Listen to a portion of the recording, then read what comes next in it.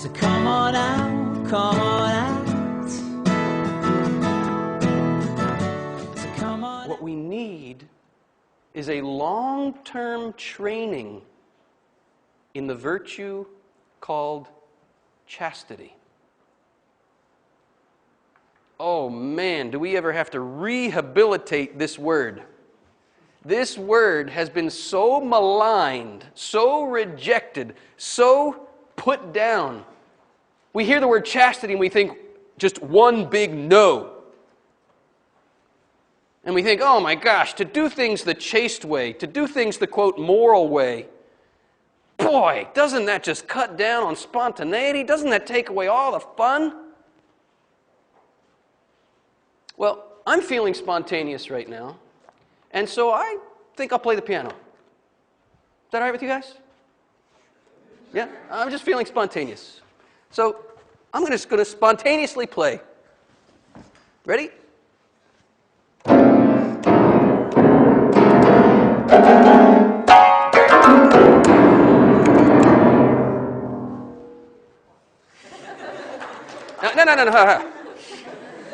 You hypocrites.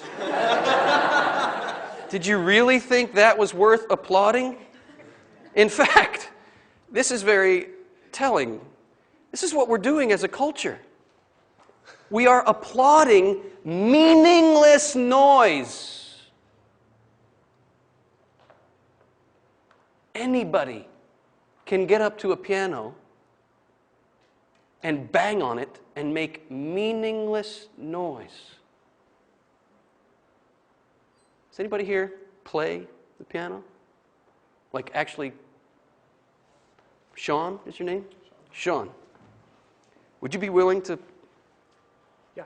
Go for it. Let's see what Sean can do on the piano.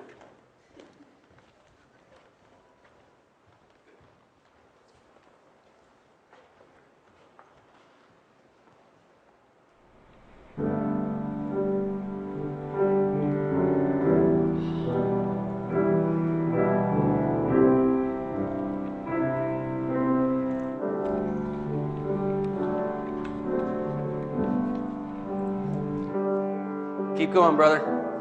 You know what we're hearing? The virtue of chastity.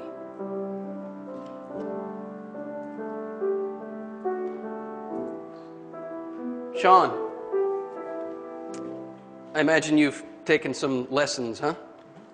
I imagine there are times when you were taking your lessons that, I don't know, maybe your friends were outside playing and you wish you could have gone and played, but you had to discipline yourself, right? You had to make some sacrifices, right? Definitely. To learn how to play the piano, did you not? Definitely. Would you say those sacrifices were worth it? Yes. Would we say those sacrifices were worth it? Yes. This is a really, really pertinent analogy. Would we rather make beautiful music or make meaningless noise? But behind this beautiful music, years and years of sacrifice, discipline, training.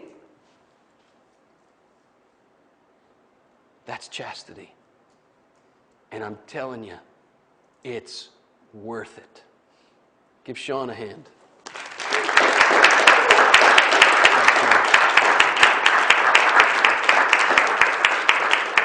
Now you might be saying to yourself, oh, Christopher, how am I ever going to get there? I mean, I'm seeing what you're saying here, and so much of what I've been doing is just meaningless noise. What do I do?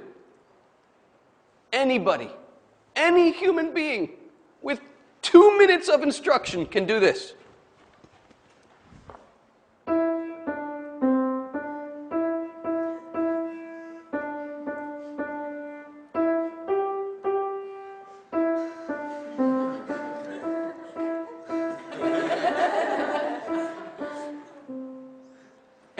Anybody on the planet can do that. 2 minutes of instruction. Isn't that, I mean, it's not Beethoven, but isn't that better than...